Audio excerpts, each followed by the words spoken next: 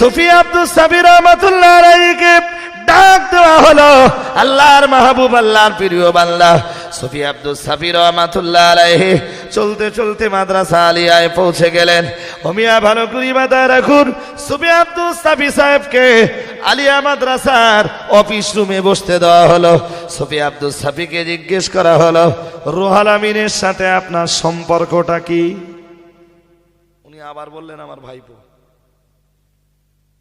তাহলে রুহুল আমিন তার খাতায় লিখেছে গাজী, আর আমরা আপনাকে জানি শেখ, আপনি শেখ জাদা, রুহুল আমিন গাজী জাদা, কি করে আপনার ভাই বলো? আপনি মাদ্রাসা আলিয়ার ঐতিহ্যটাকে নষ্ট করে দিলেন।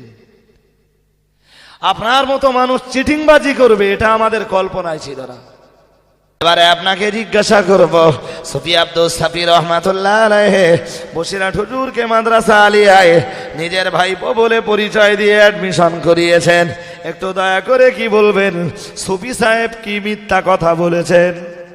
বিবি সারা আল্লাহর নবী ইব্রাহিমকে জিজ্ঞাসা করলেন, হে আল্লাহর নবী ইব্রাহিম, মহান রব্বুল আলামিন আল্লাহ আপনাকে নবী বানিয়েছেন, মহান আল্লাহ আপনাকে অনেক অনেক সম্মান দিয়েছেন, অনেক অনেক ইজ্জত আল্লাহ আপনাকে দিয়েছেন, কিন্তু আল্লাহর একজন নবী হয়ে আজ আপনি মিথ্যা কথা বলবেন, আমি বিবি সারা একবারও তো কল্পনা করিনি। হযরত নবী ইব্রাহিম আলাইহিস সালাম বিবি সারারে ডেকে বললেন, সারা মিথ্যা কথাটা কোথায় বললাম বলো? বিবি সারা বললেন, হুজুর আমি হলাম আপনার বিবি, আর আপনি বিবিকে বোন বলে পরিচয় দিলেন, এটা কি মিথ্যা কথা বলা হলো না?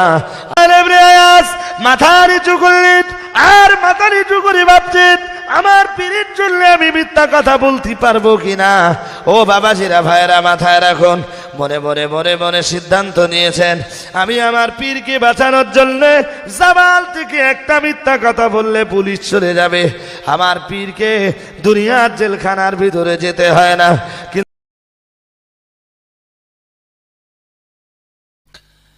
মদিনার মাটিতে কবর হওয়া, খাস করে জান্নাতুল বাকি নামীয় মদিনার যে সর্ববৃহৎ কবরস্থান, সেই কবরস্থানে জায়গা পাওয়া, এটা তো একটা বিরাট সৌভাগ্যের ব্যাপার। কিন্তু সাহাবীদের জীবন ইতিহাস পর্যালোচনা করলে দেখা যাবে মদিনার মাটির কথা সাহাবারা একবারও ভাবেননি। নিজের আমল যদি ভালো না থাকে তো মাটি কি কাজে আসবে?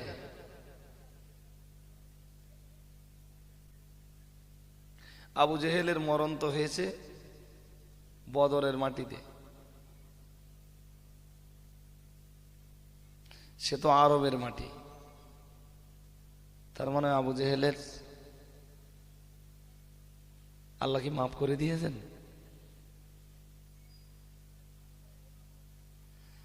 আবু লাহাবের মরণ হয়েছে মক্কার মাটিতে, কোরআন তাকে জাহান্নামী ঘোষণা দিয়েছে। পৃথিবীর কোন মানুষের নাজাত মাটিতে নয়, বংশে নয়, রক্তে নয়, টাকায় নয়, মানুষের নাজাত হতে পারে তার আমলে।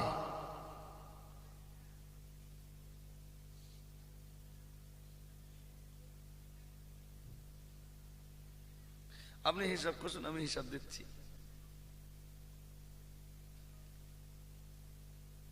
নূহ নবীর ছেলে কেনান জাহান্নামী, আদম নবীর বেটা কাবিল জাহান্নামী, আবার আবু জেহেলের বেটা ইকরামা জান্নাতি। সুবহানাল্লাহ বলবেন, একটু মোহাব্বত করে বলবেন সুবহানাল্লাহ। আচ্ছা, আবু জেহেলের রক্ত ভালো হবে কেউ কোনোদিন বিশ্বাস করেছিল?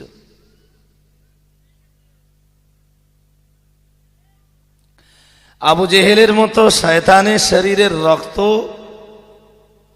আবু জেহেলের রক্তে তৈরি হওয়া ইকরামা জান্নাতি হবে, এ কেউ কোনোদিন বিশ্বাস করেছিল?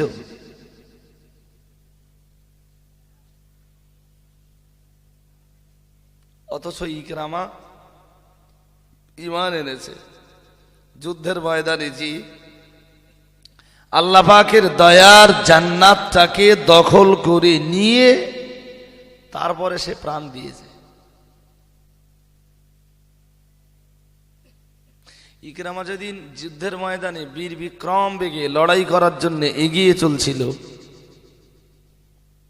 হযরত খালিদ ইবনুল ওয়ালিদ ছিলেন ওই যুদ্ধের কমান্ডার ইন চিফ, যুদ্ধের সেনাপতি। খালিদ ইবনুল ওয়ালিদ পিছন দিক দিয়ে জামা টেনে ধরে বলেছিল, ইকরামা তুই তুমি এক্ষুনি শহীদ হয়ে যাবা, মানে মুসলমানদের মনোবল অনেকটা ভেঙে যাবে, তুমি একটুখানি ওয়েট করো। ভাইরা আমার মনে রেখে দিন, প্যারা নবী মুহাম্মদুর রাসূলুল্লাহ সাল্লাল্লাহু আলাইহি ওয়াসাল্লাম, আমার আল্লাহ নবীর প্রিয় সাহাবী হযরত ইকরামা রাদিয়াল্লাহু তাআলা আনহু বলেছিলেন, হে খালিদ ইবনুল ওয়ালিদ, তুমি জানো না আমি মক্কা বিজয়ের আগে ইসলামের যতগুলি লড়াই হয়েছে, কেবল সব লড়াইগুলিতে আমি মুসলমানদের বিরুদ্ধে লড়াই করেছি, বদরের প্রান্তরে লড়াই করেছিলাম, এবং আমার ইচ্ছা ছিল আমি রাসূলুল্লাহকে দুনিয়া জমিন থেকে খতম করে দেব, আবু বকরকে আমি খতম করে দেব, হযরত ওমরকে আমি খতম করে দেব। কিন্তু না না না না না, আল্লাহ পাকের ইচ্ছা ছিল না আবু বকর, ওমর আর রাসূলুল্লাহর একটা পশম পর্যন্ত আমি আঘাত করতে পারিনি। আমি যেদিন ওহদের ময়দানে নেমেছিলাম সেদিনও আমি টার্গেট নিয়েছিলাম প্রিয় নবী মুহাম্মদুর রাসূলুল্লাহ সাল্লাল্লাহু আলাইহি ওয়াসাল্লামকে আমি যে কোনো মূল্যেই হোক খতম করে দেব, দুনিয়া থেকে দুনিয়া ছাড়া করব। কিন্তু না না না না না, আমি ওহদের প্রান্তরেও পারিনি গো। আমার মতো পাপী আসমানের নিচে আর জমিনের উপরে কে আছে আর আমি বলতে পারবো না। ওরে রাসূলের সাহাবী ইকরামা, আজ মহান আল্লাহ আমায় সুযোগ করে দিয়েছেন, তুমি আমাকে একটু সুযোগ দাও, আমি জিহাদের ময়দানে নেমে ইসলামের কিছু দুশমনকে অন্তত জাহান্নামে পাঠিয়ে দেই। সুবহানাল্লাহ বলেন, আর একটু মহব্বত করে বলেন। আপনি তো কমান্ডার ইন চিফ, আমার জামা টেনে ধরেন না, আমার একটুখানি ছেড়ে দেন, আমার একটু আগাতে দেন, আমি কিছু ইসলামের দুশমনকে অন্তত জাহান্নামে পাঠাই। সেদিন বদরের যুদ্ধে আর ওহদের যুদ্ধে নেবে আমি রাসূলুল্লাহকে মারতে উদ্যত হয়ে যে গোনাটা করেছিলাম, সেই গোনাটার একটু প্রায়শ্চিত্ত করি, আল্লাহ যেন আমারে মাফ করে দেন। আমি ইকরামা, আমার এখনো মনে হয়নি যে আল্লাহ আমারে মাফ করেছেন।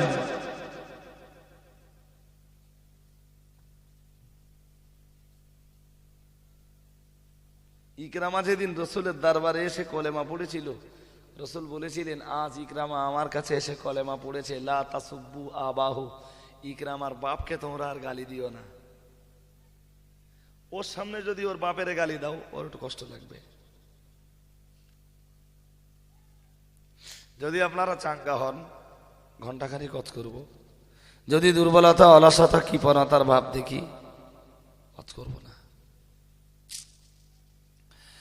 বাইরে আবার মনে রেখে দিন, প্যারা নবী মুহাম্মদুর রাসূলুল্লাহ সাল্লাল্লাহু আলাইহি ওয়াসাল্লাম, আমার আল্লাহ নবীর প্রিয় সাহাবী হযরত ইকরামা রাদিয়াল্লাহু তাআলা আনহু বলেছিলেন, ওরে খালিদ ইবনুল ওয়ালিদ, আপনি যদিও যুদ্ধের সেনাপতি, যুদ্ধের জয় পরাজয় অনেকটা জিহাদের ময়দানের সেনাপতির উপরে নির্ভরশীল হয়ে যায়।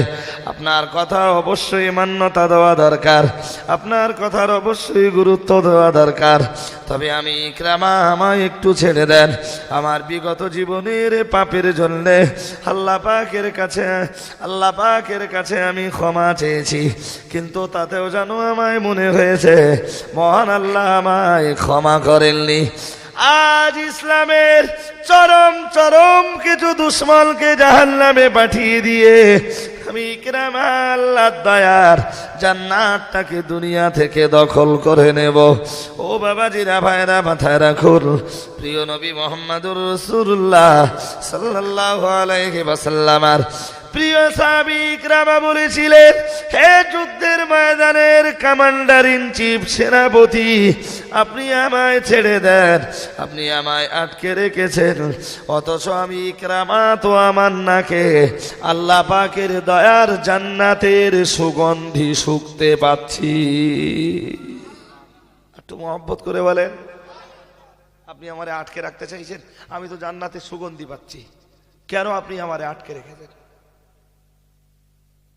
এই যুদ্ধের ময়দানে ইসলামের দুশ্মনদের জীবন যদি নিতে পারি সেটাও আমার জন্য কল্যাণ, আর ইসলামের দুশ্মনদের এগেনস্টে লড়তে যে আমার জীবন যদি চলে যায় সেটাও আমার জন্য কল্যাণ। কিচ্ছু করেছি ইসলামের জন্য? এক ফোঁটা রক্তও ঝরেছে?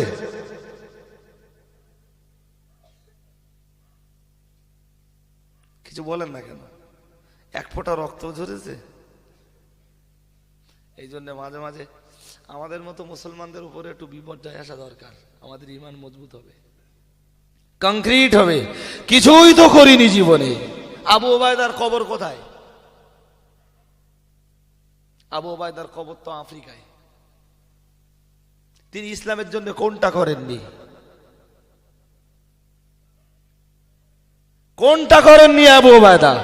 সাদ ইবনে আবি ওয়াক্কাসের কবর কোথায়? কোথায় শুয়ে রয়েছেন সাদ ইবনে আবি ওয়াক্কাস? কি করেননি এরা ইসলামের জন্য? সাদ যেদিন কলেমা পড়ে বাড়ি গেছেন, সাহাবাদের জীবন চরিত বললে আমারই কষ্ট হয়। উফ, সাদ যেদিন কলেমা পড়েছেন, রাসূলের মজলিস তখন ক্লোজ হয়ে গেছে, বন্ধ হয়ে গেছে। নবী বলেই দিয়েছেন, যাও সাহাবীরা বাড়িতে যাও, আজকে আর না, কালকে এসো, পারলে আবার পরে এসো। ভাইরা আমার মনে রেখে দিন, আল্লাহর নবী সাহাবী সাদ ইবনে আবি ওয়াক্কাস সবাই যখন নবীর মজলিস থেকে বেরিয়ে পড়েছেন, সাদ তখন নবীর মজলিসে দাঁড়িয়ে আল্লাহর নবী সাদকে ডেকে বললেন, সাদ, সবাই মজলিস ছেড়ে বেরিয়ে পড়ল, তুমি এখনো আমার মজলিসে কেন? সাদ, হযরতে সাদ বললেন, ইয়া রাসূলুল্লাহ, ইয়া হাবিবাল্লাহ, আমার বাড়ির, আমার পরিবারের সমস্ত সদস্যরা ইসলাম বিরোধী। হুজুর, আমি সাদ যখন বাড়িতে যাব, আমার পরিবারের সদস্যরা আমায় এত কঠিন কঠিন প্রশ্ন করবে, হুজুর, আমি তাদের প্রশ্নের কোনো জবাব দিতে পারবো না। এই রহমতের ফেরেশতারা ওখানে দাঁড়িয়ে কেন? চলে আয়, চলে আয়, সামনে চলে আয়, সামনে সামনে সামনে চলে আয়।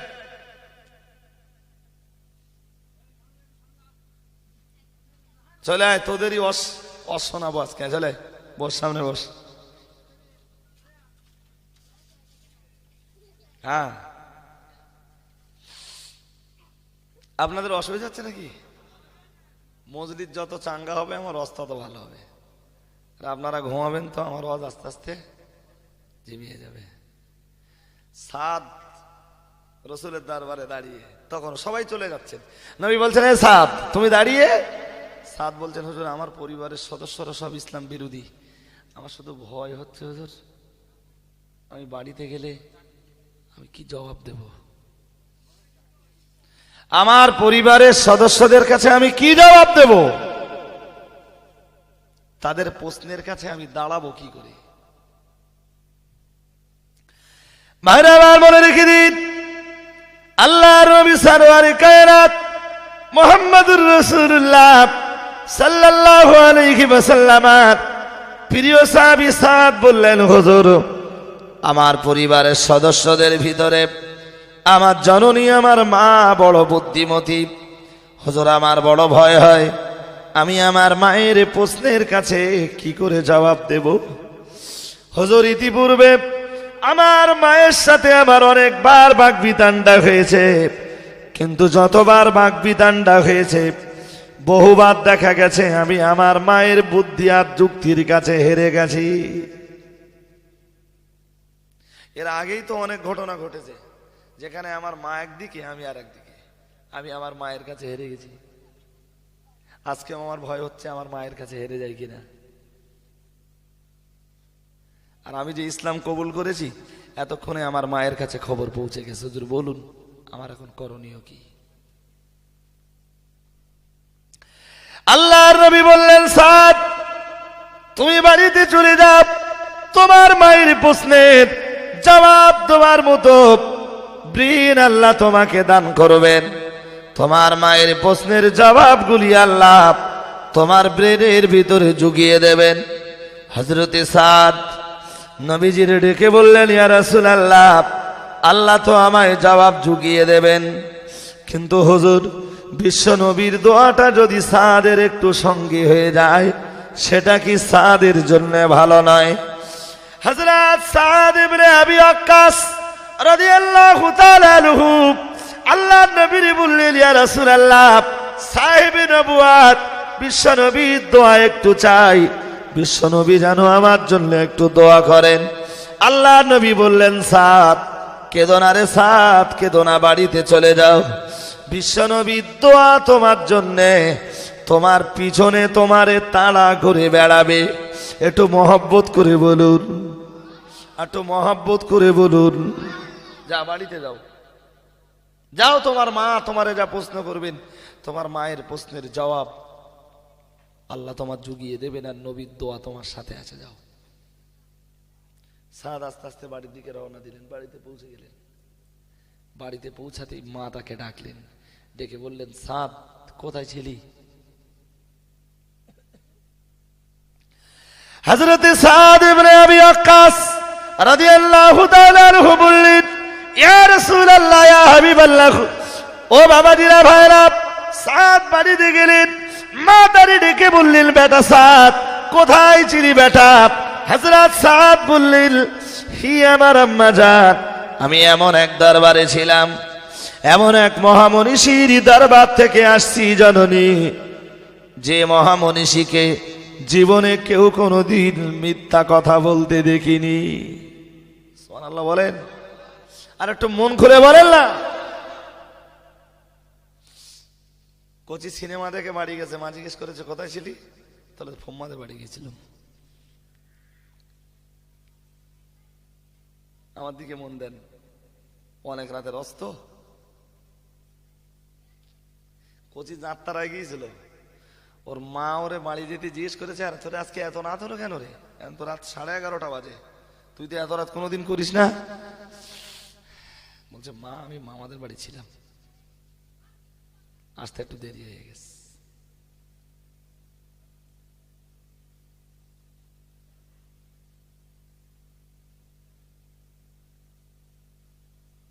তাই না? কোচি মেলার অনুষ্ঠান ঘুরে বাড়িতে গেছে, মা জিজ্ঞেস করেছে, বলছে, মা আমি ওই পাশের পাড়ার সালাউদ্দিন, ওর সাথে একসাথে পড়াশোনা করি, কিছু প্রশ্নপত্র আনার জন্য বাড়িতে ওদের বাড়িতে গিয়েছিলাম, একটু কথাবার্তা বলতে, একটু পড়াশোনার ব্যাপারে আলোচনা করতে করতে দেরি হয়ে গেছে।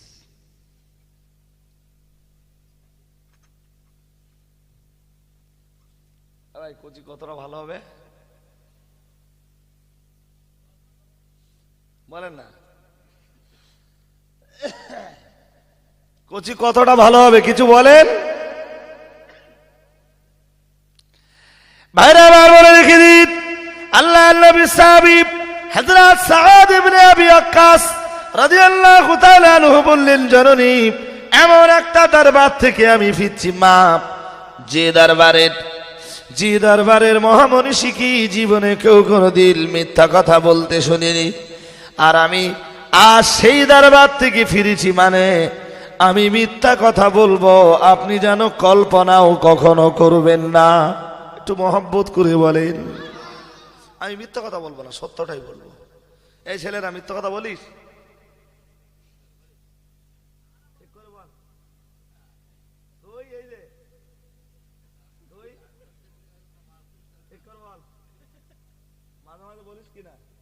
মিথ্যা কথা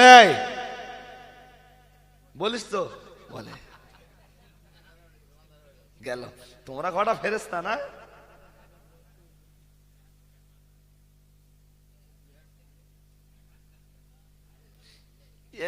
কিছু মনে নেবেন না, আমাদের ঘরের মায়েরাও তো বাচ্চাদের সাথে মিথ্যা কথা বলে, বলে না?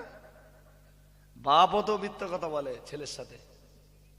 সকালবেলা পাওনাদার এসছে তো, হ্যাঁ, বলে কচুরি ডেকে বলতেছে তোর আব্বা বাড়ি আছে, আর বাপ ঘরের ভেতর তো ডেকে আস্তে আস্তে বলে দিচ্ছে, বলতেছে বাইরে যা, বাইরে যে বলে আমার আব্বা বাড়ি নেই।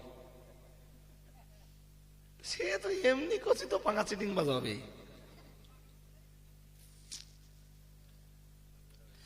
আল্লাহর নবী আবু আমেরের বাড়িতে গেলেন।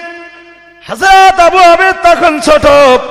আল্লাহর নবী সাহাবী হযরত আবু আমেরের মা আবু আমেরকে খাবার দাবার নামে ডাকছেন।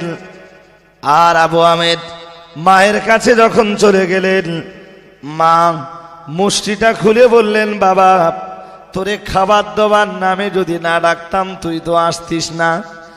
আল্লাহর নবী আবু আমেরের মারে ডেকে বললেন, আবু আমেরের মা একটা মিথ্যা কথা বললি যতটা গোনা হয়, আজ তুমি তোমার বেটার সঙ্গে যা করেছো আল্লাহ তাআলা একটা মিথ্যার গোনা তোমার আমলনামাতে লিপিবদ্ধ করে দেবেন।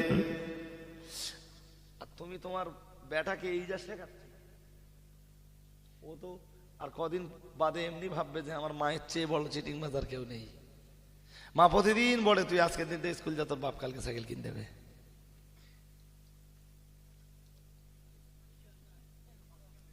কথা বুঝতে পারেননি?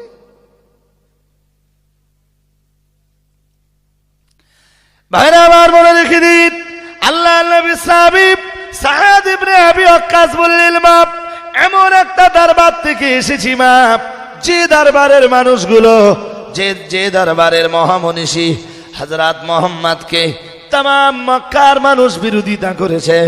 জননী বেয়াদবি দেবেন না, কিন্তু যারাই বিরোধিতা করেছে তারাই আবার তার নাম দিয়েছে আল আমিন।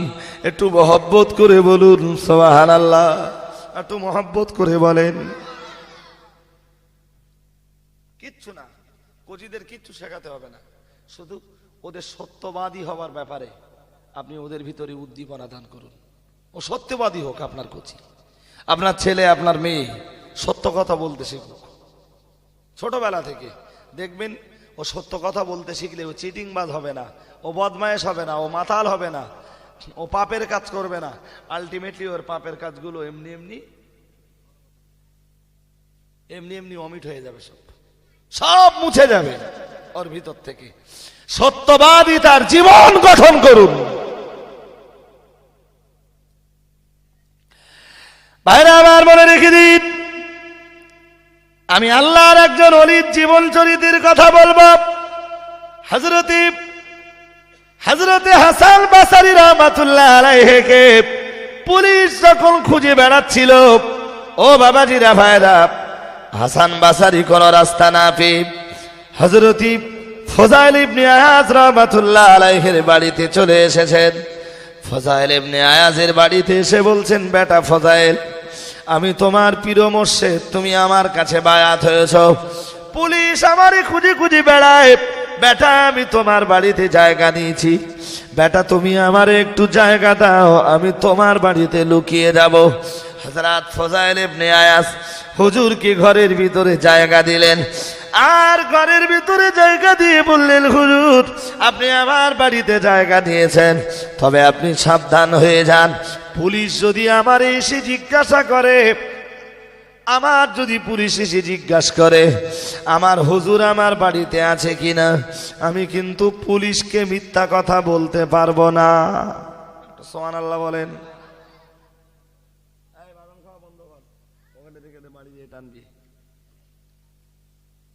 কথা বললি? হ্যাঁ শোনেন, হাসান বাসারি লুকিয়েছেন ফজাইল ইবনে আয়াসের বাড়ি, আর বলেছেন বেটা পুলিশ আমারে খুঁজে বেড়াচ্ছে, পুলিশ আমার পাকড়াও করে নিয়ে যাবে, জেলে ভরে দেবে, তা আমি তোমার বাড়িতে লুকাচ্ছি। ফজাইল ইবনে আয়াস পীরকে জায়গা করে দিয়েছেন নিজের বাড়িতে, আর নিজের বাড়িতে জায়গা করে দিয়ে বলছেন শোনো, পীর সাহেবকে ডেকে বলছেন হুজুর সব ভালো, আমার বাড়িতে আপনি জায়গা নেন, কিন্তু পুলিশ এসে যদি জিজ্ঞেস করে যে তোমার পীর তোমার বাড়ি আছে, আমি পুলিশের কাছে বলো মিথ্যা কথা বলবো না। একটু সুবহানাল্লাহ বলেন, একটু মহব্বত করে বলেন। আমি আমার পীরের জন্য মিথ্যা কথা বলতে,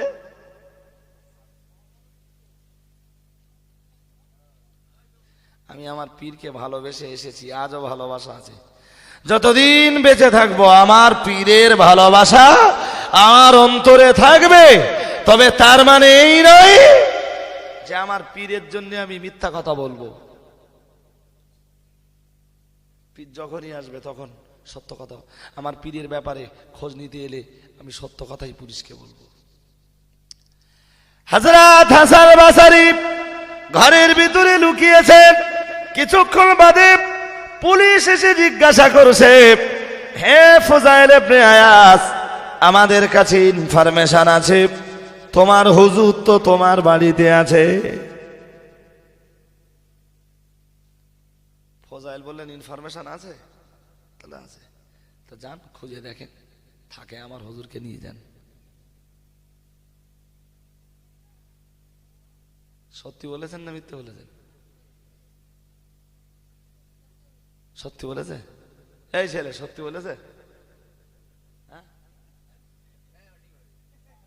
মিথ্যা হলো? পুলিশ এসে বলছে ইনফরমেশন আছে আপনার হুজুর আপনার বাড়িতে আছে। ফজাইল ইবনে আয়াস বলছেন ইনফরমেশন যদি ঠিক থাকে খুঁজে দেখেন। মিথ্যে বলেছে? খুঁজে দেখতে বলেছে, মিথ্যে কথা হলো?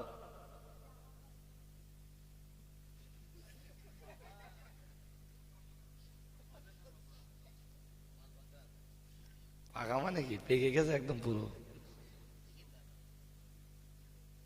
বোঝে না বলতে চাচ্ছেন? কি বলে জানেন? বলেছে নাকি যে আমার বাড়ি আছে?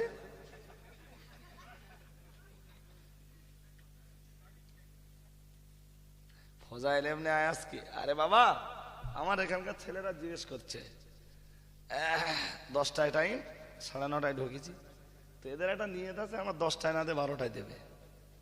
তারা আমার জিজ্ঞেস করছে হুজুর আর দাউদ আছে? এখন তো কোথায় যাবেন আমার জিজ্ঞেস করছে, তাহলে বাগজলায় যাব। ওরা আমার জিজ্ঞেস করেনি দাউদ আছে কিনা, আর আমি আমার জবাবের ভিতরে দাউদ আছে কিনা তাও বলিনি। ওরা জিজ্ঞেস করেছে কোথায় যাবেন, আমি বলি বাগজলায় যাব। কথা বুঝতে পারেন? ঠিক 10টায় উঠেছি, 12টায় ছেড়েছি, এখান থেকে বেরিয়ে হাবড়া গেট পেরিয়ে মগরা হয়ে বাগজলা হয়ে বাড়ি গেছি।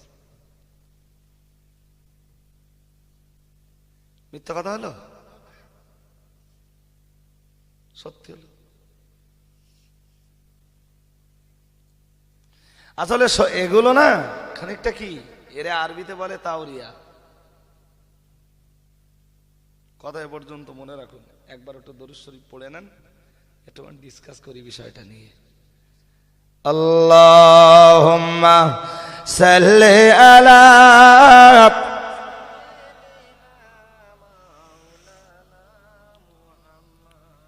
ওয়া আলা আলিহি সাইয়্যিদিনা।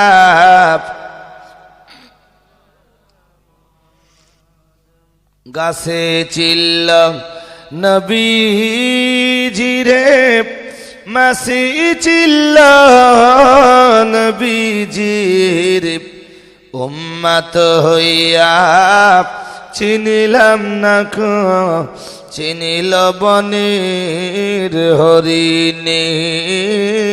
আল্লাহুম্মা সাল্লি আলা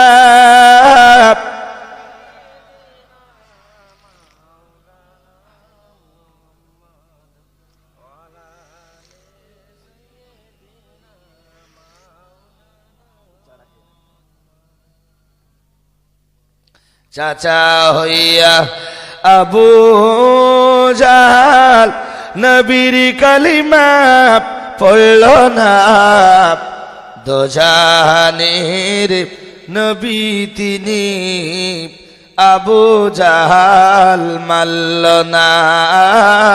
আল্লাহুম্মা সাল্লি আলা সাইয়্যিদিনা মাওলানা মুহাম্মদ ওয়া আলা আলিহি।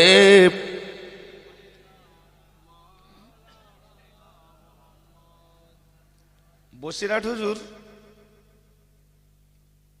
যখন প্রাথমিক স্টেজের লেখাপড়াটা শেষ করলেন, পড়তেন বসিরহাটের সুফি আব্দুস সাফি রহমাতুল্লাহ আলাইহির কাছে। তিনি আল্লাহর একজন ওলি ছিলেন, সুফি আব্দুস সাফি। বসিরহাট হুজুরের মূল বাড়ি ছিল টাকি নারায়ণপুর,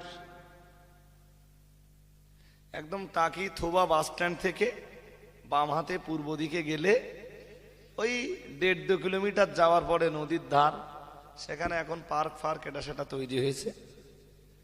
আর সেই টাকি নারায়ণপুর গ্রামটা একদম পুরো নদীগত হয়ে গেছে, পুরো নদীতে চলে গেছে, তার কোনো অস্তিত্ব নেই। এখন এক ঘর মানুষেরও বসবাস নেই, খানিকটা হয়ে গেছে ওপারের চর, আর অধিকাংশটাই এখনো নদীতে। আর টাকি নদীটা ইসামতি নদীর এখন অনেক চওড়া নদী।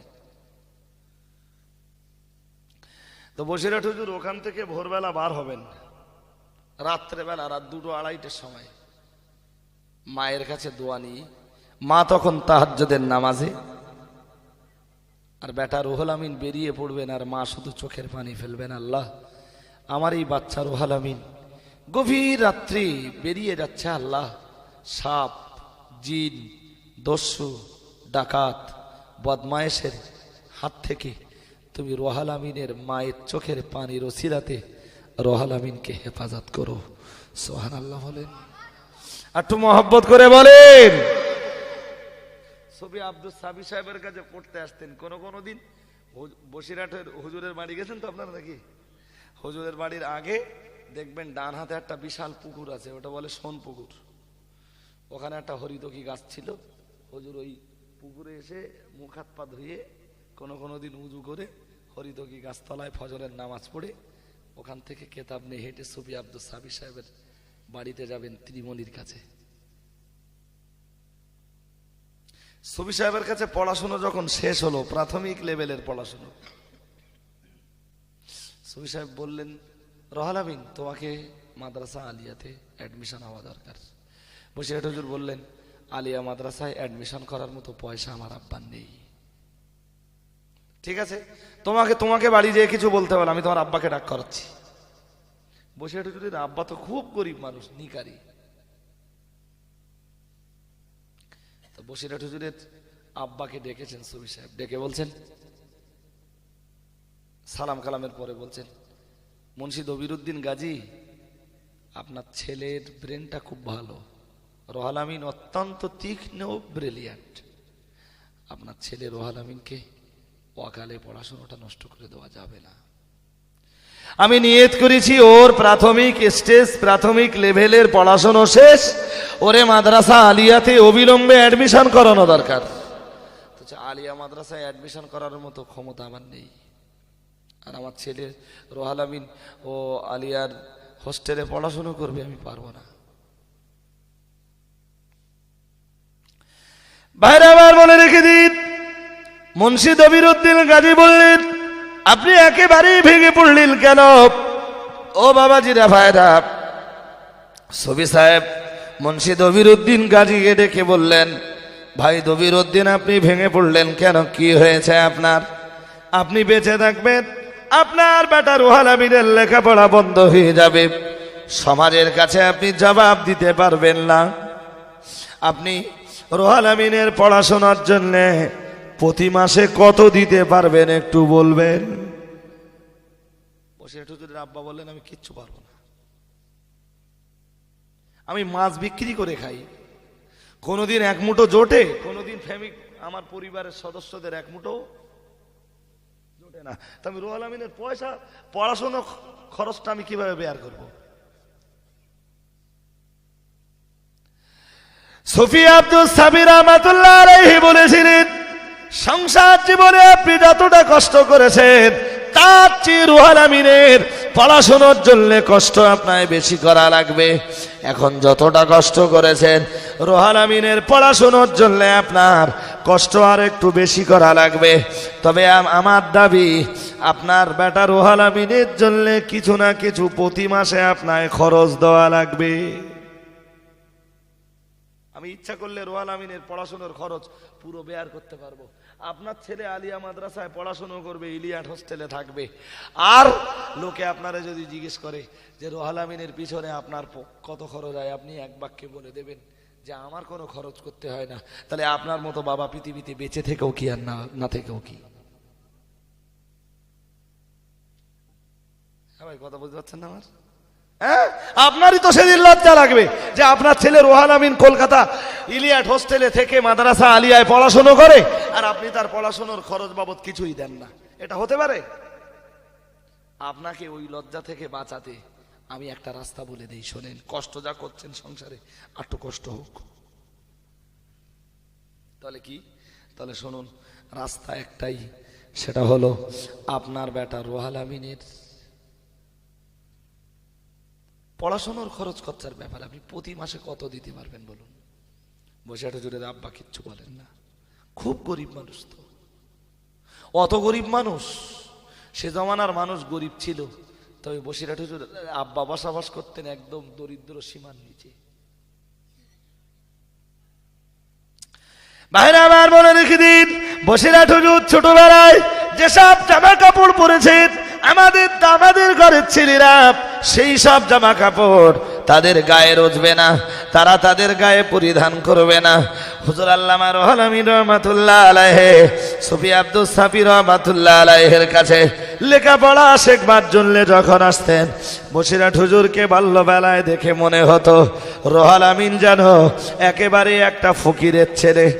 অমিয়া গভীরভাবে মাথায় রাখুন, সুফি আব্দুস সাবির রহমাতুল্লাহ আলাইহি বললেন, ভাই মুন্সি দবিরউদ্দিন গাজী, আমি একটা বিচার আপনাকে করে দেব। আপনাকে ভাবতে হবে না, চিন্তা করতে হবে না।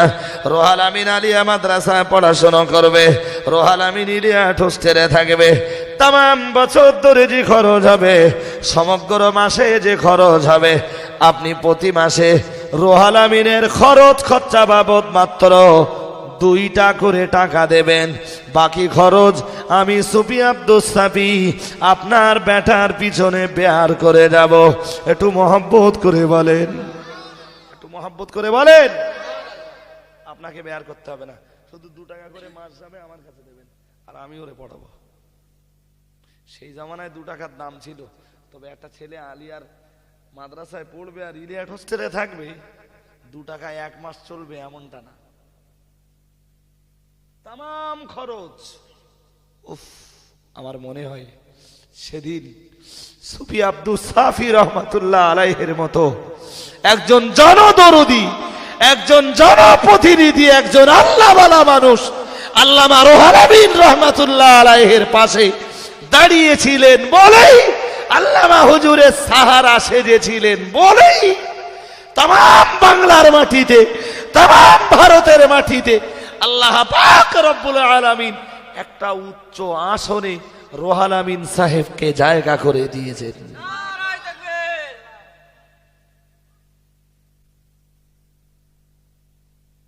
আসলে ইতিহাস তাই বলে, পৃথিবীর ইতিহাস তাই বলে, যেসব ছেলেরা বেলায়েতের দরজা পেয়েছেন, ওলি হয়েছেন, মুহাদ্দিস হয়েছেন, মুফাসসির হয়েছেন, ফিকহ তত্ত্ববিদ হয়েছেন, জগৎ বরেণ্য আলেম হয়েছেন, ছোটবেলায় অধিকাংশই তারা বাপ হারিয়েছেন। আর বাপ যদি বেঁচেও থাকে, এত গরিব, সে গরিবতার কথা বলে শেষ করা কথা বলেন যাবে না। ইমাম বুখারী, ইমাম মুসলিম, ইমাম আবু দাউদ, ইমাম নাসাই, ইমাম তিরমিজি, ইমাম ইবনে মাজাহ, ইমাম গাজালি, জি, এদের জীবন ইতিহাস আপনি ঘেটে দেখেন, কি কষ্ট বসিরহাট হুজুরের জীবন। ভাইরা আমার মনে রেখে দিন, আমি গোড়ার আজ ভুলে যাইনি।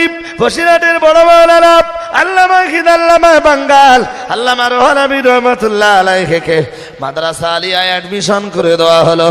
ও বাবাজিরা ভাইরা মাথা রাখুন, সুফি সাহেব সঙ্গে করে নিয়ে আলিয়া মাদ্রাসায় নিয়ে গেলেন।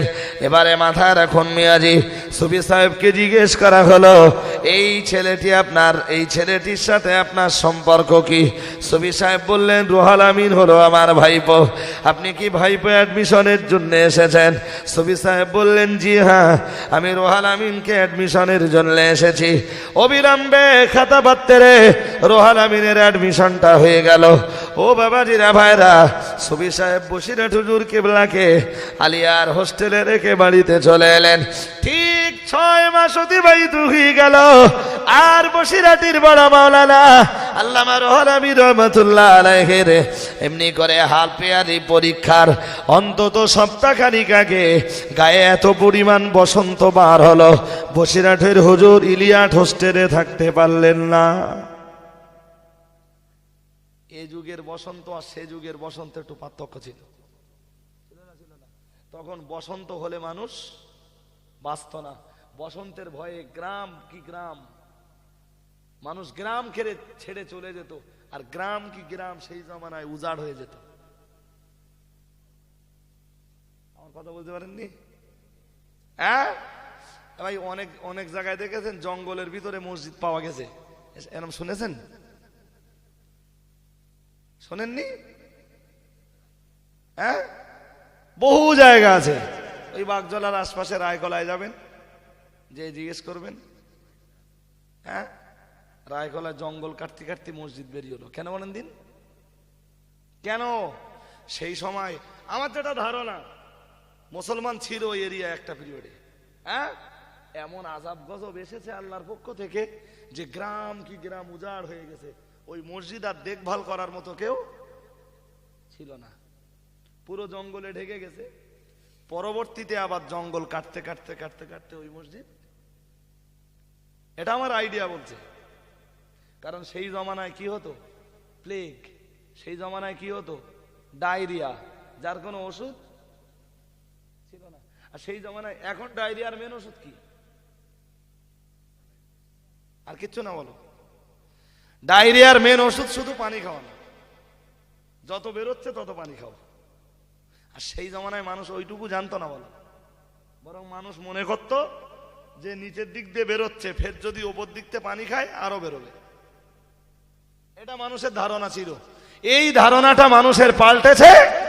ডায়রিয়ার কবল থেকে মানুষ রক্ষা পেয়েছে, আল্লাহ হেফাজত করেছে। জি, তারপরে বসন্ত, বসন্ত রোগে গ্রাম কি গ্রাম উজাড় হয়ে যাবে, মানুষ গ্রাম ছেড়ে পালিয়েছে। সেই পিরিয়ডে বসিরহাট হুজুরের গায়ে বসন্ত বেরিয়েছে, হুজুর বাড়িতে এসছেন। আর বসন্ত সারার পরে আলিয়া মাদ্রাসা পর্যন্ত পৌঁছাতে হাফ ইয়ারলি পরীক্ষা। বসিরহাট হুজুর যাওয়ার পরে আলিয়ার মুহাদ্দিস মুফাসসিররা এক জায়গায় বসে একটা সিদ্ধান্ত নিল, রুহুল আমিনের ব্রেনটা বিরাট ভালো, ওরা একটা স্পেশালিস্ট পরীক্ষা নেওয়া যায়। সুবহানাল্লাহ বলেন, একটু মহব্বত করে বলেন। প্রথম দিন পরীক্ষার খাতায় হুজুর নাম লিখেছেন মোহাম্মদ রুহুল আমিন গাজী। ব্যাস, খাতা জমা নেওয়ার পরে মুহাদ্দিস মুফাসসিররা যখন দেখেছেন ও গাজীর ছেলে, মাথা ঘুরে গেছে। আলিয়া মাদ্রাসার জন্মলগ্ন থেকে বসিরহাট হুজুরের অ্যাডমিশন পর্যন্ত মাদ্রাসা আলিয়ার একটা ঐতিহ্য ছিল, শেখ এবং সৈয়দ জাদা ব্যতীত মাদ্রাসা আলিয়াতে কেউ অ্যাডমিশন নিতে পারত। গাজীর ছেলে, নিকেরির ছেলে রুহুল আমিন ভর্তি হয়েছে, তার মানে ডাকো সুফি সাহেবের। সুফি সাহেব চিটিংবাজি করে ভর্তি করে গেল কেন? ভাইরা আমার মনে রেখে দিন, সুফি আব্দুস সাফি রহমাতুল্লাহ আলাইহিকে ডাক দেওয়া হলো। আল্লাহর মাহবুব, আল্লাহর প্রিয় বান্দা সুফি আব্দুস সাফি রহমাতুল্লাহ আলাইহি চলতে চলতে মাদ্রাসা আলিয়ায় পৌঁছে গেলেন। ওমিয়া ভালো করি মাথায় রাখুন, সুফি আব্দুস সাফি সাহেবকে আলিয়া মাদ্রাসার অফিস রুমে বসতে দেওয়া হলো। সুফি আব্দুস সাফিকে জিজ্ঞেস করা হলো, রুহুল আমিনের সাথে আপনার সম্পর্কটা কি? উনি আবার বললেন, আমার ভাইপো। তাহলে রুহুল আমিন তার খাতায় লিখেছে গাজী, আর আমরা আপনাকে জানি শেখ। আপনি আপনি শেখ জাদা, রুহুল আমিন গাজী জাদা, কি করে আপনার ভাই বলো? আপনি মাদ্রাসা আলিয়ার ঐতিহ্যটাকে নষ্ট করে দিলেন। আপনার মতো মানুষ চিটিংবাজি করবে এটা আমাদের কল্পনায় ছিল না। সুফি আব্দুস সাবির রহমাতুল্লাহ আলাইহি বজ্র কণ্ঠে বলেছিলেন, হে আলিয়া মাদ্রাসার মুহাদ্দিস আর মুফাসসিররা, জবান সামনে কথা বলবেন। আমি সুফি আব্দুস সাবি আপনাদের সাথে চিটিংবাজি করিনি। আপনারা কি আল্লাহর কোরআন পড়েননি? আল্লাহর কোরআন বিবরণ দিয়েছে, ইন্নামাল মুমিনুনা ইখওয়াতুন ফাসলিহু বাইনা আখওয়াইকুম। মহান রব্বুল আলামিন আল্লাহ কোরআন শরীফের ভিতরে দাঁড়িয়েছেন, ইন্নামাল মুমিনুনা ইখওয়াতুন, নিশ্চয়ই মুমিন হলো মুমিনের ভাই। একটু সুবহানাল্লাহ বলেন, একটু মহব্বত করে বলেন। আল্লাহর কোরআন অনুযায়ী আমি মুমিন, রুহুল আমিনের আব্বাও মুমিন, রুহুল আমিনের আব্বা আমার ভাই। আপনারা কি বলেন, ভাইয়ের ছেলে ভাইপো হয় না সম্বন্ধী হয়? ভাইপো হবে তো? মাদ্রাসা আলিয়ার মুহাদ্দিসদেরকে ডেকে বললেন, আল্লাহর কোরআন বলেছে মুমিন মুমিনের ভাই, রুহুল আমিনের আব্বাও মুমিন, আমিও মুমিন, তার রুহুল আমিন আমার কি হবে, সম্বন্ধী হবে?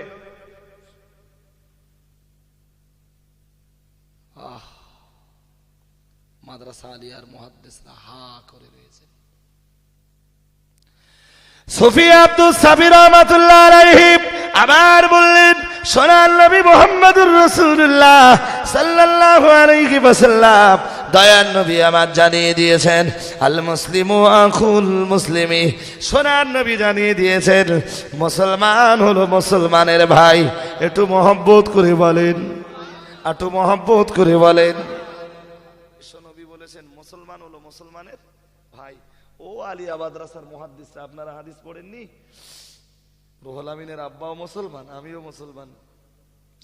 আর এই সূত্রে রুহুল আমিনের আব্বা আমার ভাই, আর আমি রুহুল আমিনের আব্বার ভাই।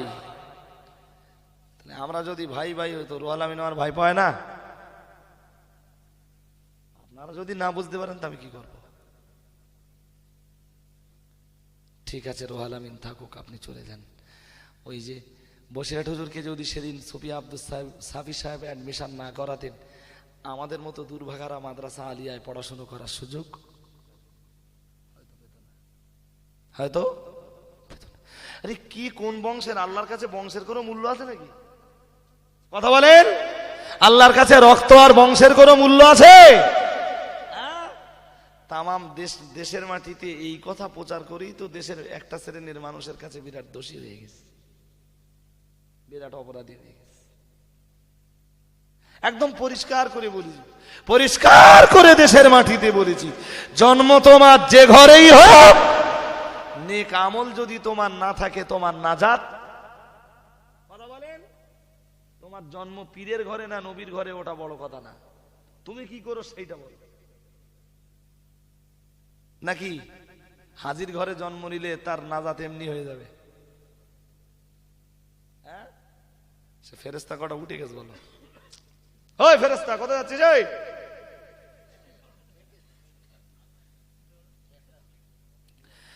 ভাইরা আমার বলে রেখে দিন, ভুল হবে বুঝবেন না। বলতে বলতে অনেক দূর চলে এসেছি। ও বাবাজিরা ভাইরা, এবারে আপনাকে জিজ্ঞাসা করব, সুফি আব্দুস সাবি রহমাতুল্লাহ আলাইহি বসিরহাট হুজুরকে মাদ্রাসা আলিয়ায় নিজের ভাইপো বলে পরিচয় দিয়ে অ্যাডমিশন করিয়েছেন। একটু দয়া করে কি বলবেন, সুফি সাহেব কি মিথ্যা কথা বলেছেন? কথা বলেন, মিথ্যা কথা বলেননি। উনি যেটা করেছেন ওরে আরবিতে বলে তাওরিয়া, হ্যাঁ, আর ওর আর একটা আরবি হলো মান্তিক, বাংলায় বলে দর্শন। কি বলে? দর্শনের আশ্রয় দিয়েছে। ভাইরা আমার মনে রেখে দিন, হযরত নবী ইব্রাহিম আলাইহিস সালাম তার স্ত্রী সারাকে নিয়ে যখন অত্যাচারী বিবির এলাকা দিয়ে যাচ্ছিলেন, ও বাবাজিরা ভাইরা, বিবি সারারে ডেকে বললেন, সারা, অত্যাচারী লোক লস্করে রে, অত্যাচারী বাদশার লোক লস্করে যদি তোমায় জিজ্ঞাসা করে তুমি আমার কে হও, তুমি বলবে তুমি আমার বোন আর আমি তোমার ভাই। আর আমারে যদি জিজ্ঞাসা করে আমি বলবো আমি তোমার ভাই, তুমি আমার বোন। খবরদার যেন বিবি বলে পরিচয় দিও না। বিবি বলে পরিচয় দিলে অত্যাচারী বাদশা আমার কোল থেকে তোমাকে ছিনিয়ে নেবে। বিবি বলে যেন পরিচয় দিবি না। ও বাবাজিরা, ভাইরা, মাথায় রাখুন। অত্যাচারী বাদশার লোক লস্করদের কাছে যখন চলে এলেন, বিবি সারাকে ডেকে আলাদা করে জিজ্ঞেস করা হলো, ওই ছেলেটি তোমার কে হয়? বিবি সারা বললেন, উনি আমার ভাই আর আমি ওনার বোন। জাতির জনক, জাতির পিতা আল্লাহ নবী ইব্রাহিমকে ডেকে বলা হলো, হে ইব্রাহিম, এই মেয়েটি তোমার কে হয় বলো। আল্লাহ নবী ইব্রাহিম বলেছিলেন, ওই মেয়েটি হলো আমার বোন, আমি হলাম ওর ভাই। অত্যাচারী বাদশার লোক লস্করেরা বিবি সারাকে ছেড়ে দিল। বেশ কিছু দূর চলে আসবার পরে বিবি সারা আল্লাহ নবী ইব্রাহিমকে জিজ্ঞাসা করলেন, হে আল্লাহ নবী ইব্রাহিম, মহান রব্বুল আলামিন আল্লাহ আপনাকে নবী বানিয়েছেন, মহান আল্লাহ আপনাকে অনেক অনেক সম্মান দিয়েছেন, অনেক অনেক ইজ্জত আল্লাহ আপনাকে দিয়েছেন, কিন্তু আল্লাহর একজন নবী হয়ে আজ আপনি মিথ্যা কথা বলবেন, আমি বিবি সারা একবারও তো কল্পনা করিনি। হযরত নবী ইব্রাহিম আলাইহিস সালাম বিবি সারারে ডেকে বললেন, সারা, মিথ্যা কথাটা কোথায় বললাম বলো। বিবি সারা বললেন, হুজুর, আমি হলাম আপনার বিবি আর আপনি বিবিকে বোন বলে পরিচয় দিলেন, এটা কি মিথ্যা কথা বলা হলো না? আল্লাহর নবী ইব্রাহিম বললেন, বিবি রে, তুমি জানো না, লাইসা আলা ওয়াজহিল আরদি মুমিনুন গায়রু ওয়া গায়রুকে। হে আমার বিবি সানাব, লাইসা আলা ওয়াজহিল আরদি মুমিনুন গায়রি ওয়া গায়রুকে। তামাম পৃথিবীর মাটিতে দুনিয়াবি সম্পর্কে যদিও তুমি আমার বিবি বটে, তবে এই পৃথিবীর মাটিতে তুমি নিশ্চিতভাবে আমার ঈমানি সম্পর্কের বোন। জোরে সোরে বলুন সুবহানাল্লাহ। তামাম দুনিয়ার মাটিতে আর কোনো ঈমানদার নাই, তাই ঈমানের সম্পর্কে তুমি হলে আমার বোন আর আমি হলাম তোমার ভাই। আমি ঈমানি সম্পর্কটা বুঝিয়েছি, ওরা যদি দুনিয়াবি সম্পর্ক বুঝে থাকে আমার কি তাতে কিছু করার থাকতে পারে? সুবহানাল্লাহ বলেন। ভাই, আপনারা দুর্বল হয়ে যাচ্ছেন নাকি? আমি 1 ঘন্টা ওয়াজ করবো বলেছি, ঘন্টা খানিকের কাছে চলে গেছে, অনেকটা ছেড়ে এসছি, সেইগুলো এবারে কি করব? সেইগুলো মেরামত করব। চলেন আর এক ডোজ দেই। হযরত আবু বকর সিদ্দিক রাসূলুল্লাহকে নিয়ে মদিনার পথে যাচ্ছেন। রাসূলুল্লাহ সামনে, সিদ্দিকে আকবর আবু বকর পিছনে। তা আবু বকর প্রখ্যাত বিখ্যাত ব্যবসায়ী, বহু লোক আবু বকরকে চেনে। তা চেনা পরিচিত লোক যারা আবু বকরকে হয়তো চেনে, রাসূলুল্লাহকে চেনে না। তা আবু বকরকে ডেকে জিজ্ঞেস করছে, বাইরের লোক তো তারা, তা জিজ্ঞেস করছে, এদিকে তো ইনাম ঘোষণা হয়েছে, হযরত মুহাম্মাদের জিন্দা অথবা মুর্দা ধরে এনে দিতে পারলে 100 উট মক্কাবাসীরা ঘোষণা করেছে। আর তামাম মক্কাবাসীরা তো রাসূলুল্লাহকে খুঁজে বেড়াচ্ছে, আর আবু বকরের সাথে বিদেশি ব্যবসায়ীদের সাথে দেখা হচ্ছে। আবু বকর সিদ্দিক যদি বলেন ইনি মুহাম্মাদুর রাসূলুল্লাহ, তাহলে এরা আবার মক্কাবাসীদের খবর দিতে পারে যে হযরত মুহাম্মদ এই পথে গেছে। ভাই, কথা বুঝতে পারছেন নাকি? তা আবু বকরকে জিজ্ঞেস করছে যার সাথে দেখা হচ্ছে, মান হাদার রাজুল আল্লাযী মাক। এই আবু বকর, এই তোমার সঙ্গে লোকটা কে? তা আবু বকর বলছেন, হাদা ইয়াহদিনিস সাবিল, ये मुझको राह बताने वाला, ইনি আমার রাহবার, ইনি আমার পথ প্রদর্শক। সুবহানাল্লাহ বলেন, একটু মন খুলে বলেন। আর লোকে মনে করছে আবু বকর প্রখ্যাত ব্যবসায়ী, এই রাস্তাটা চেনে না, আবু বকরকে রাস্তা দেখিয়ে নিয়ে যাচ্ছে। আর আবু বকর ভিতর দিয়ে বোঝাচ্ছেন, ইনি আমার দুনিয়ার রাহবার নন, ইনি আমার দুনিয়ার রাস্তা দেখান না, ইনি আমাকে আল্লাহ পাকের দয়ার জান্নাতের রাস্তা দেখিয়ে নিয়ে যাচ্ছেন। সুবহানাল্লাহ বলেন, একটু মন খুলে বলেন। মিথ্যা কথা হলো ভাই? কথা বলেন না কেন? মিথ্যা কথা হলো? সত্য কথা বলেছেন?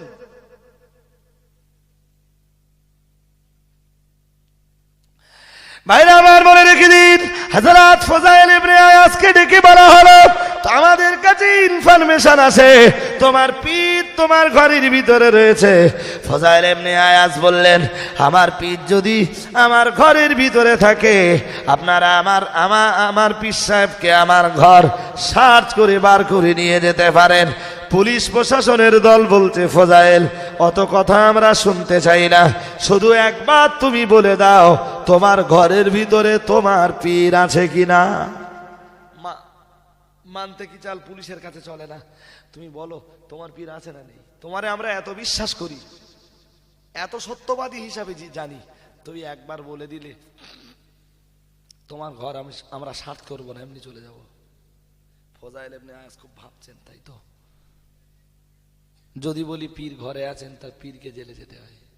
আর যদি বলি না আমার পীর আমার ঘরে নেই, বাড়িতে নেই, তাহলে শুধু মিথ্যা কথা বলতে হয়, তাই না? মিথ্যা কথা বলার জন্য আমার জাহান্নামের জেলখানায় যেতে হয়। হয় আমার পীরের জন্য দুনিয়ার জেলখানা, নইলে নিজের জন্য পরকাল জাহান্নামের জেলখানা। কি করব কি করব? ফজাইল ইবনে আয়াজ মাথা নিচু করলেন, আর মাথা নিচু করে ভাবছেন আমার পীরের জন্য আমি মিথ্যা কথা বলতে পারবো কিনা। ও বাবাজিরা, ভাইরা, মাথায় রাখুন, মনে মনে মনে মনে সিদ্ধান্ত নিয়েছেন, আমি আমার পীরকে বাঁচানোর জন্য জামাল থেকে একটা মিথ্যা কথা বললে পুলিশ চলে যাবে, আমার পীরকে দুনিয়ার জেলখানার ভিতরে যেতে হয় না, কিন্তু একটা মিথ্যা বলার জন্য আমাকে তো জাহান্নামের জেলখানায় যেতে হয়। আল্লাহ আমার প্রতি নারাজ হয়ে যান, সোনার নবী রাসূলুল্লাহ আমার প্রতি অসন্তুষ্ট হয়ে যাবেন। মিথ্যা কথা বললে আমার পীরকে খুশি করা যাবে, আল্লাহ মালিককে আমি খুশি করাতে পারবো না। সরওয়ারে কায়নাত মুহাম্মদুর রাসূলুল্লাহ সাল্লাল্লাহু আলাইহি ওয়াসাল্লামকে আমি খুশি করাতে পারবো না। হোমিয়া ভালো করি মাথায় রাখুন, ফজাইল ইবনে আয়াজ মনে মনে ভাবছেন আমার জবানের একটা মিথ্যা কথা আমার পীরকে জেলখানা থেকে বাঁচাতে পারে না। আমার পীরকে জেলখানা থেকে বাঁচানোর মালিক আমার আল্লাহ, জেলখানার ভিতরে ভরে দেওয়ার মালিক আল্লাহ, জেল থেকে নিষ্কৃতি দেওয়ার মালিক আল্লাহ। দুনিয়ার কোনো মানুষ ইচ্ছা করে আমার পীরকে জেলখানায়ও দিতে পারে না, আমার পীরকে জেলখানার ভিতর থেকে বাঁচাতে পারে না। জেলের ভিতরে ভরে দেওয়ার মালিক আমার আল্লাহ, জেলের ভিতর থেকে বার করার মালিক আমার আল্লাহ। আমি আমার আল্লাহর সাথে নাফরমানি করব না, আমার পীরকে বাঁচাতে যে আমি মিথ্যা কথা বলবো না, তারপরে নসিবে যেটাই আছে সেটাই হবে। আমার আল্লাহ মিথ্যা কথা বললে আমার প্রতি অসন্তুষ্ট হয়ে যাবেন। সোনার নবী রাসূলুল্লাহ মিথ্যা কথা বললে আমার প্রতি অসন্তুষ্ট হয়ে যাবেন। আমি আমার পীরকে যত ভালোবাসি, আল্লাহর রাসূলকে তার চেয়ে অনেক অনেক গুণ বেশি ভালোবাসি। সুতরাং পীরকে বাঁচাতে যে আমি আল্লাহর রাসূলের ভালোবাসাকে জলাঞ্জলি দিতে পারবো না। জোরে সোরে বলুন সুবহানাল্লাহ, একটু মহব্বত করে বলেন। পীরের জন্য মিথ্যা কথা বলা যাবে?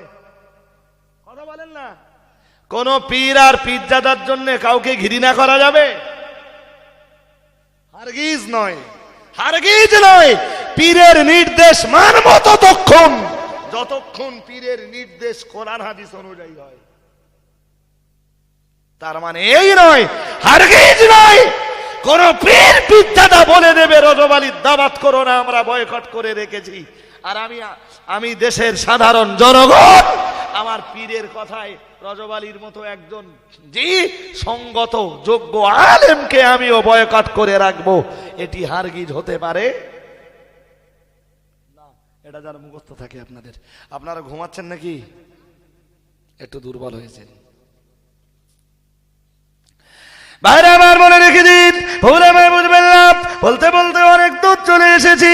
আল্লাহর প্রিয় বান্দা ফজাইল ইবনে আয়াজ বললেন, আমার পীরকে আমি ভালোবাসি, ভালোবেসে এসেছি, ভালোবাসা জায়গা দিয়েছি। ভবিষ্যতে যতদিন বেঁচে থাকবো আমার পীরকে আমি ভালোবাসবো।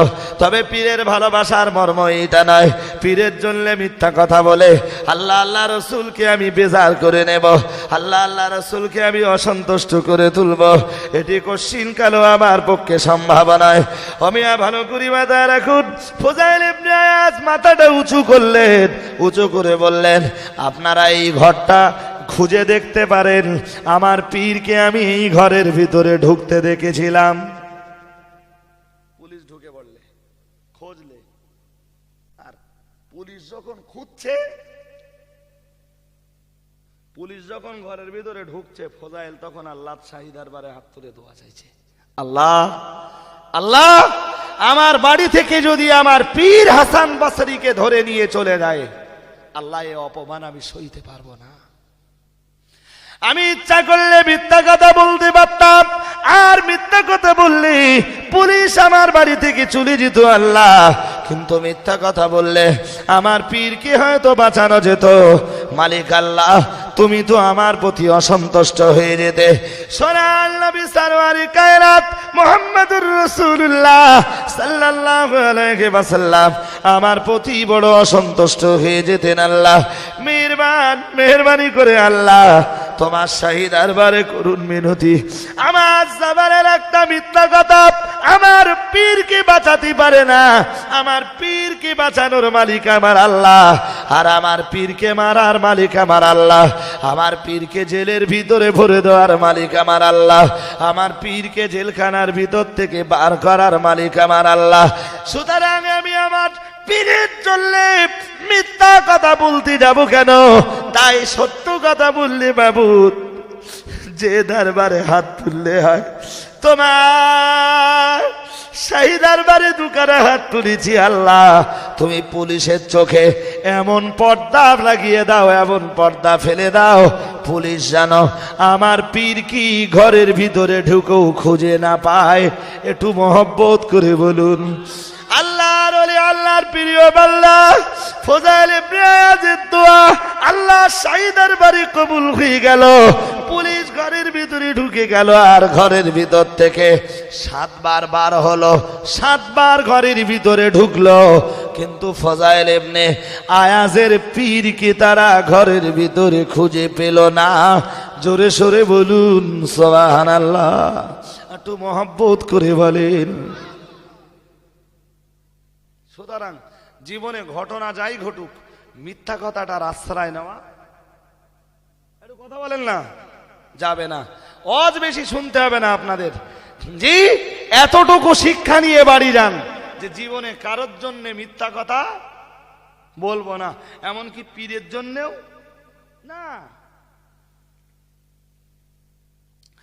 বাইরে আমার মনে রেখে দিন, ইতিহাস অনেক লম্বা। পুলিশ ঘরের ভিতরে 7 বার ঢুকলো, আর 7 বার বার হলো। ও মুসলমান, ফজাইল ইবনে আয়াজের পীরের গায়ে পুলিশের মাঝে মাঝে মাঝে হাত পা লাগলো। এরপরেও হযরত হাসান বসরি রহমাতুল্লাহ আলাইহিকে, হাসান বসরি রহমাতুল্লাহ আলাইহিকে খুঁজে পেল না। ইতিহাস অনেক লম্বা। পুলিশ যখন বেরিয়ে যাচ্ছে, ফজাইল ইবনে আয়াজকে ডেকে বলছে, হে ফজাইল, তুমি আমাদের সাথে কেন মিথ্যা কথা বললে? ফজাইল ইবনে আয়াজ বললেন, মিথ্যা কথা বলিনি, আমার পীর ওই ঘরের ভিতরে আছে, আপনারা আরো একবার অনুসন্ধান চালিয়ে দেখতে পারেন। একটু সুবহানাল্লাহ বলেন। ভাই পুলিশ আর ঢুকবে? ফজাইল ইবনে আয়াজ ওরা চলে যাচ্ছে তো বলছে ওই ঘরে আছে, আপনারা আর একবার যান, খুঁজে দেখুন, পীরকে তো পেতেও পারেন, যান। কিন্তু ফজাইলের দোয়ায় ওদের চোখে আল্লাহ কি ফেলে দিয়েছেন? মিথ্যা কথা বলে পীরকে বাঁচাতে। ভাই আজকে সমাজে তো র্যান্ডাম চলতেছে, হাত তোলো, কেডা কেডা মারতে পারবা। কথা বুঝতে পারেননি? হাত তুলতে বলতেছে, হাত তোলো, কারা কারা মারতে পারবা, কার মারতে পারো রজওয়ালির। কথা বুঝতে পারেননি? ইয়ে একটা পীরের কাজ হলো না পিজ্জাদার কাজ? সাবধান, আমি তাদের সম্বন্ধে আজ অবধি কোনো বাজে মন্তব্য, কোনো কটূক্তি, কোনোদিন করিনি, তবে তাদের যে মন্তব্য বক্তব্যগুলো কোরআন হাদিসের বিরুদ্ধে গেছে তার প্রতিবাদ করেছি। পরিষ্কার কথা, আমার নামে তারা হাজারো বলুক, কোনো প্রতিবাদ করব না, তবে যেদিন তাদের মন্তব্য আর বক্তব্য কোরআন হাদিসের বিরুদ্ধে যাবে সেদিন আমি তাদেরকে ছাড়বো না, এটা মনে রাখবেন। ভাইরা আমার, মনে রেখে দিন, ফজাইল ইবনে আয়াজির হুজুর ঘরের ভিতর থেকে বেরিয়েছেন আর বেরিয়ে বলছেন, ফজাইল তোমার পীরের জন্য কি একটা মিথ্যা কথা তুমি বলতে পারলে না? আল্লাহর ওলি, আল্লাহর প্রিয় বান্দা ফজাইল ইবনে আয়াজ বলেছিলেন, হুজুর আপনার জন্য মিথ্যা কথা বলি আমি কি করব? আমার জবানের একটা মিথ্যা কথা তো আপনাকে বাঁচাতে পারে না।